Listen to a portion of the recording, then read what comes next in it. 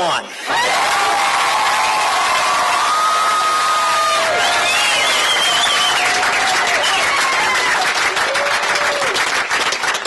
As all of you know, I do not speak from notes, but there's a couple things I want to say that are a little more emotional, so I'm going to read them as I wrote them.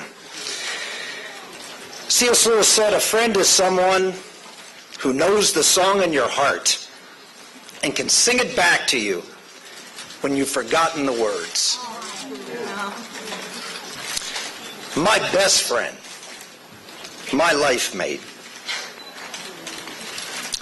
who sings that song when I forget the words, is my wife, Karen.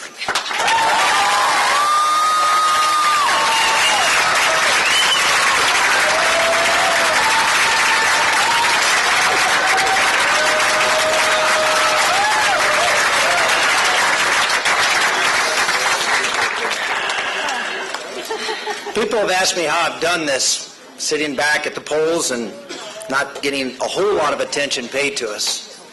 How did you keep going out to Iowa and 99 counties and 381 town hall meetings and speeches?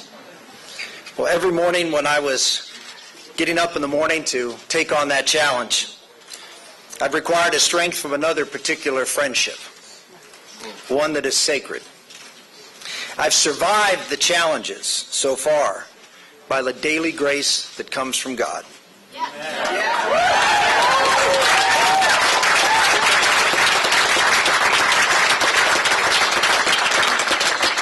For giving me His grace every day, for loving me, warts and all, I offer a public thanks to God.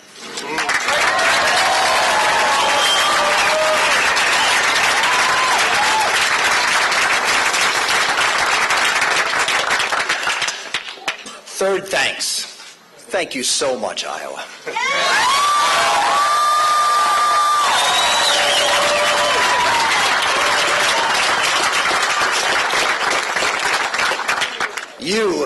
You, by standing up and not compromising, by standing up and being bold and leading with that burden and responsibility you have to be first. You have taken the first step of taking back this country.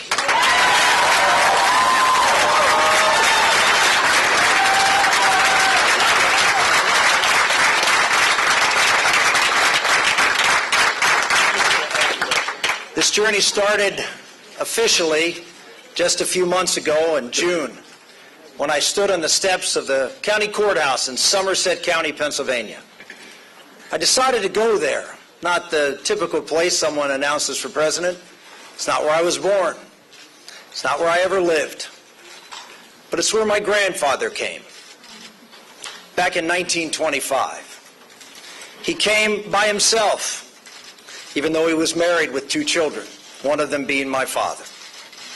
He came after having fought in World War I, because Mussolini had been in power now 3 years, and he had figured out that fascism was something that would crush his spirit and his freedom and give his children something less than he wanted for them.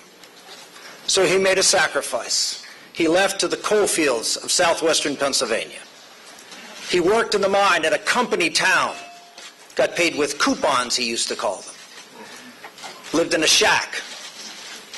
Eventually he figured out that that was a trip to nowhere, so he started taking money less, so he could start to save. And he did.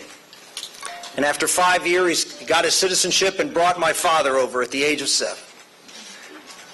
He ended up continuing to work in those mines until he was 72 years old, digging coal. I'll never forget the first time I saw someone who had died. It was my grandfather. And I knelt next to his coffin, and all I could do as eye level was look at his hands. They were enormous hands. And all I could think was, those hands dug freedom for me. And so to honor him, I went to Somerset County, because I believe foundationally while the economy is in horrible condition, why our country is not as safe as it was, and while threats are rising around the world, while the state of our culture under this administration continues to decline with the values that are unlike the values that built this country, that the essential issue in this race is freedom. Whether we will be a country that believes that government can do things for us better than we can do for ourselves, or whether we believe, as our founders did, that rights come to us from God, and when He gave us those rights, He gave us the freedom to go out and live those rights out to build a great and just society, not from the top down, but from the bottom up.